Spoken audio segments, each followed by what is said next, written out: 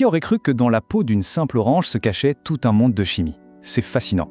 Aujourd'hui, on va voir comment la science peut prendre un déchet, un simple zeste, et en extraire une molécule précieuse aux multiples talents. Alors voilà le programme. D'abord, on va découvrir ce fameux trésor caché dans le zeste. Ensuite, on explorera deux manières de l'extraire. Une méthode à la vapeur et une autre avec un solvant. Et pour finir, on apprendra à vérifier sa carte d'identité chimique pour être sûr de notre coup. Bon, pour commencer, la question est simple. Pourquoi s'intéresser aux zestes d'orange? Eh bien, la réponse se trouve dans de toutes petites gouttelettes d'huile qui sont pleines de surprises. Pensez-y une seconde, l'industrie du jus d'orange produit des montagnes de peaux chaque année. Et bien souvent, tout ça finit à la poubelle. Pourtant, ces peaux sont tout sauf inutiles. En réalité, c'est une véritable ressource qui ne demande qu'à être exploitée. En fait, ces peaux regorgent de ce qu'on appelle des huiles essentielles. Ce sont des cocktails de molécules qui donnent aux plantes leur odeur si caractéristique.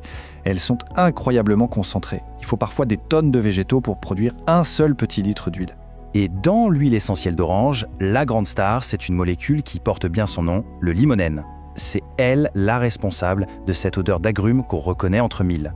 Mais ce n'est pas juste un perfant, non, c'est aussi un super solvant biodégradable qu'on retrouve dans des produits de nettoyage écologique par exemple. Et là, ça devient vraiment intéressant, parce qu'en chimie, la forme, c'est crucial. Il y a deux versions du limonène. Ce sont des images miroirs l'une de l'autre, un peu comme notre main gauche et notre main droite. Le plus limonène sent l'orange, et le moins limonène, lui, sent le pain. C'est la même formule chimique, mais juste une petite différence dans l'organisation 3D, et hop, notre nez perçoit une odeur complètement différente. Incroyable, non? Ok, maintenant qu'on sait ce qu'on cherche, comment on fait pour l'attraper? Première technique, la plus ancienne, la plus naturelle, on va utiliser la vapeur. Ça s'appelle l'hydrodistillation. Regardez ce montage. L'idée est simple. On met les zestes et de l'eau dans le ballon et on chauffe. La vapeur d'eau va monter, passer à travers les zestes et au passage, elle va littéralement arracher les petites molécules d'huile et les emporter avec elle. Le tout passe ensuite dans un tube froid, le condenseur, où le mélange redevient liquide. Donc, pour résumer le principe, la chaleur libère l'huile, la vapeur la transporte, le froid la retransforme en liquide, et comme on le sait tous, l'huile et l'eau, ça ne se mélange pas. Elles se séparent donc toutes seules dans le récipient final. Il n'a plus qu'à récupérer notre précieuse huile essentielle qui flotte à la surface. Allez, on passe à la deuxième méthode. C'est un processus un peu plus technique, mais terriblement efficace. On va l'appeler la voie du solvant avec un appareil au nom un peu barbare, l'extracteur de Sochelet.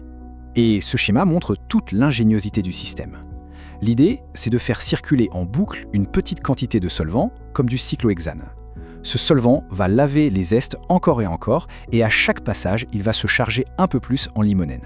C'est un peu comme une éponge qui se gorgerait d'eau à chaque cycle. C'est un cycle quasi perpétuel et complètement autonome. Le solvant s'évapore en bas, sa vapeur monte, elle se refroidit en haut et retombe sur les zestes, dissolvant notre limonène au passage.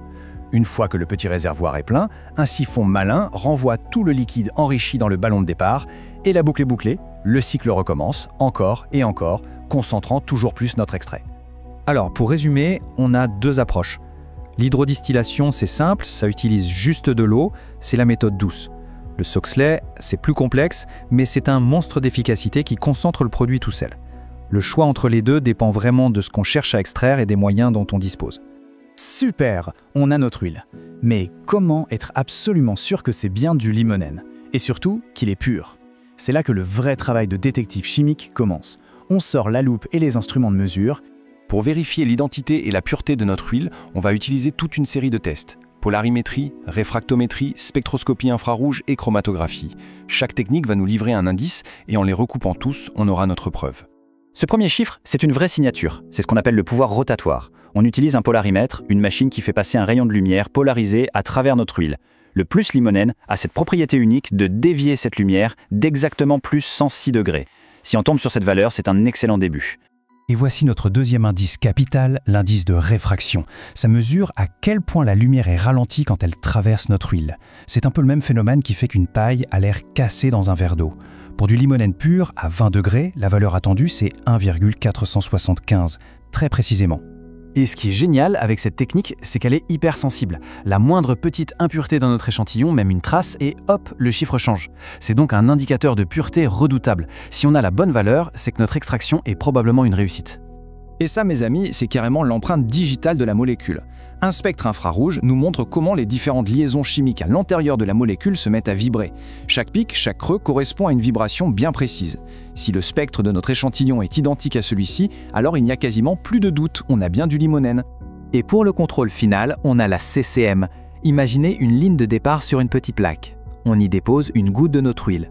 Ensuite, on trempe le bas de la plaque dans un solvant qui va monter par capillarité et entraîner les molécules avec lui. C'est une course. Si notre produit est pur, toutes les molécules de limonène vont courir à la même vitesse et on ne verra qu'une seule tache à la fin. S'il y a des impuretés, elles iront plus ou moins vite et on verra plusieurs taches. C'est imparable. Au final, on est parti d'un déchet, le zeste d'orange, et on est arrivé à une molécule pure, identifiée, le limonène. Ce voyage nous rappelle que les choses les plus banales autour de nous cachent une complexité et une valeur qu'on ne soupçonne pas. Tout ça n'attend que la science pour être révélé.